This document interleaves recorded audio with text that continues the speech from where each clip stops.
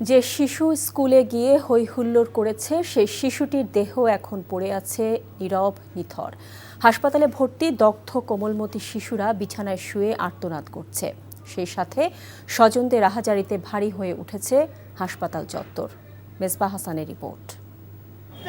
Bundle থাকলে প্রতি সেনমানিতে টাকা বাঁচবে। বিকাশ সেনমানি বান্ডেল কিনে জিতুন প্রতি লেনদেনে।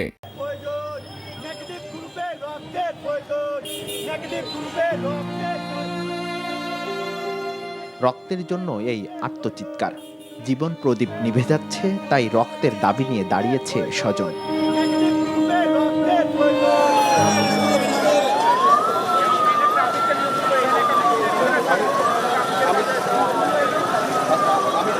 একের পর এক অ্যাম্বুলেন্সে আসছে দগ্ধরা।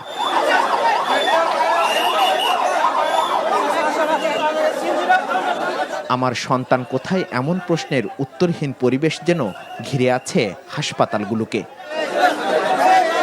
স্বজনদের ভিড়, উদ্বেগ আর কান্নার করুণ কষ্টে থেকে থেকে ভারী হয়ে উঠছে পরিবেশ।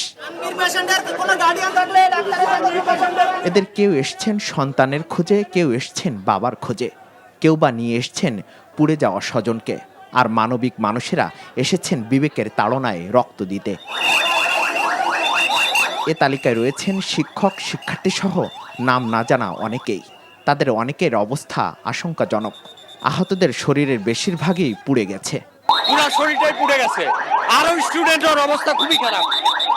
শত শত বিল্ডিং এ আগুন ধরে গেছে। ক্লাস 6, 7, 8 আর ম্যাডাম বাংলা মিডিয়ামের বাচ্চারা, ছাত্ররা অনেকে মানে এটা বলা যাবে না, বিভৎস অবস্থা। স্বজনদের ভিড় সামলাতে হিমশিম খাচ্ছেন পুলিশ, আনসার সদস্য ও হাসপাতাল কর্তৃপক্ষ।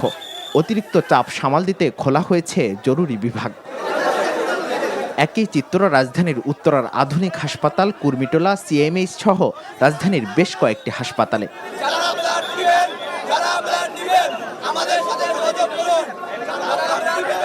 রোগীর সেবা নিশ্চিত করতে প্রচুর পরিমাণ রক্তের প্রয়োজন, তাই সবাইকে এগিয়ে আসার আহ্বান চিকিৎসকদের।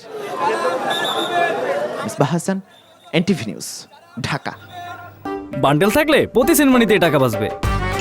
বিকাশ সেনমানি বান্ডেল কিনে জিতুন প্রতি লেনদেনে।